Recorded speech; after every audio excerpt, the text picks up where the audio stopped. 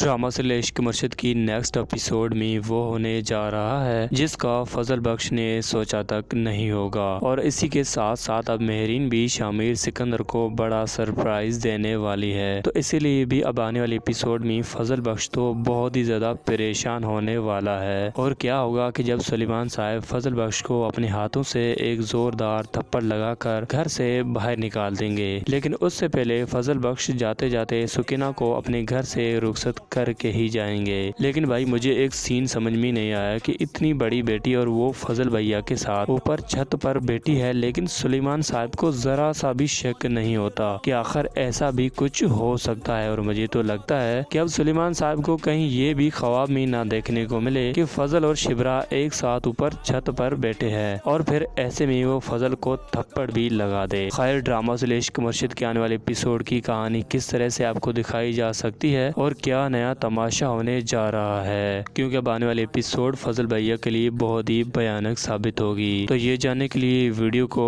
And तक लाजमी देखिएगा। और अगर आप मजीद ऐसे ही ड्रामा रिव्यूज देखना चाहते हैं तो चैनल को बेल आइकन के साथ सब्सक्राइब जरूर कर दीजिएगा ताकि आप जान सकें कि आगे की कहानी में क्या नया होने जा रहा है। तो कहानी में कुछ यूँ होने जा रहा है कि फजल भैया मेहरीन के सामने मजबूर हो चुका है क्योंकि वो असलियत जान चुकी है। लेकिन यहाँ पर शामिर सिकंदर मेहरीन को चुप करवाने के लिए कुछ ऐसा जरूर करेगा जिससे शिबरा को ये मालूम ना हो सके। लेकिन दूसरी तरफ मेहरीन शामिर सिकंदर को इस बात पर मजबूर कर ही देगी कि आखिर तुम्हें ये बात माननी पड़ेगी वरना तुम्हारी असलियत शिबरा के सामने आ जाएगी। लेकिन शामिर सिकंदर भी किसी से कम थोड़ी ना है, आखिर वो भी ये कर सकता है कि मेहरीन को किसी बात पर मजबूर कर दे। लेकिन इससे पहले सुकीना की शादी पर जब शिबरा और फजल बख्श की एक साथ बातचीत हो रही होगी और वो बड़ी खुशी से एक दूसरे के साथ हंसते हुए नजर आएंगे। लेकिन जब अचानक सुलेमान साहब की नजर शिबरा पर पड़ेगी तो वो भी फजल भैया को इशारे करते हुए नजर आएगी। तो यहाँ पर हो सकता है कि सुलेमान साहब को ये शक हो जाए कि आखिर ये दोनों एक साथ ने खुश क्यों नजर आ रहे हैं। तो ऐसे में सुलेमान साहब वहाँ पर तो कुछ नहीं करेंगे क्योंकि वहाँ पर बहुत ज्यादा रिश्तेदार मौजूद होंगे। तो इस वजह से जब फजल बख्श सुलेमान साहब के घर आएंगे तो यहाँ पर सुलेमान फजल भैया को बुलाकर वही पूछेंगे जो कि शादी में हो रहा था। तो वहाँ पर फजल बख्श अपनी हकीकत बताने की कोशिश तो करेगा लेकिन सुलेमान साहब फजल भैया की एक ना सुनेंगे और यूं गुस्से में थप्पड़ लगाकर फजल बख्श के दिल में हमेशा हमेशा के लिए नफरत पैदा कर देंगे और फजल बख्श का सामान फेंक कर कहेंगे कि यहाँ से चले जाओ। तो जाहिर सी बात है कि फजल बख्श इतनी ज्यादा इंसल्ट को कैसे बर्दाश्त कर सकता है और फिर ऐसे में वो ये भी फैसला करेगा कि मुझे यहाँ से जाना ही होगा क्योंकि फजल भैया ने तो पहले से ही ख्वाब की तमीर कर दी थी जो कि अब सच साबित भी हो चुकी है। लेकिन भाई मुझे एक बात समझ में नहीं आ रही कि कहीं इस सीन को भी ख्वाब में ना दिखाया जाए और फिर पता चले कि ये तो सुलेमान साहब अपने ख्वाब में फजल भैया को थप्पड़ लगा रहे थे और फिर कहेंगे कि फजल बख्श अब इस ख्वाब की भी कुछ तामीर करके बता दो कि ये भी सच न हो जाए। लेकिन ऐसा तो नहीं होगा क्योंकि भैया पहले से ही इन्होंने एक दो सीन को ख्वाब में दिखाकर ड्रामे का बेड़ा गर्क कर दिया है। अब मजीद ऐसा ये कुछ ऐसा नहीं करने वाले। लेकिन मुझे तो ऐसा लगता है कि शामिर सिकंदर की सच्चाई मेहरीन ही सामने ला सकती है क्योंकि वो इस बात को लेकर शामिर को मजबूर कर देगी कि तुम मुझसे शादी करो वरना तुम्हारी असलियत शिबरा के सामने आ जाएगी। लेकिन मुझे यहाँ पर ये सीन समझ में नहीं आ रहा कि आखिर फजल की सच्चाई शिबरा के सामने आनी ही नहीं है तो फिर ये आप कैसे दिखा रहे हो कि शिबरा और फजल बख्श एक साथ छत पर बैठे हैं लेकिन उसके घर वालों को कानो कान पता तक नहीं चलता और जब देखते भी हैं तो शिबरा कहती है कि मैं तो ऊपर हवा खाने गई थी। अब ऐसे में वो कौन सी लड़की होगी जो रोजाना ऊपर जाती होगी छत पर हवा खाने के लिए। तो यहाँ पर ये पॉइंट जरूर बनता था कि सुलेमान साहब को शिबरा से ये बात जरूर पूछनी चाहिए थी कि तुम ऊपर इतनी रात को क्या करने गई थी क्योंकि वहाँ पर एक नौजवान यंग लड़का फजल बख्श भी मौजूद था। लेकिन शामिर सिकंदर और फजल भैया दोनों मिलाकर सुलेमान साहब को बेवकूफ बना रहे हैं। खैर, अब फजल बख्श को जोरदार थप्पड़ लगने के साथ साथ शिबरा की माँ भी परेशान हो जाएगी कि आखिर सुलेमान ने मेरे बेटे को थप्पड़ क्यों लगाया क्योंकि वो फजल बख्श को अपना बेटा समझती है और फजल बख्श ने भी इनके लिए क्या कुछ नहीं किया। तो ऐसे में वो ये कैसे बर्दाश्त कर सकती है, वो इस बात को लेकर बहुत ही ज्यादा इमोशनल होगी। लेकिन सुलेमान साहब अब शिबरा और इसकी माँ की एक नहीं सुनने वाला, बल्कि मुझे तो ऐसा लगता है कि अब वो बहुत ही जल्द शिबरा की भी शादी करवा के ही रखेगा क्योंकि उसे पता लग चुका है कि शिप्रा क्या कुछ करती फिर रही है, जिस वजह से अब बहुत ही जल्द शिप्रा की शादी का भी फैसला हो जाएगा। लेकिन क्या पता भाई, ये ड्रामा है, इसको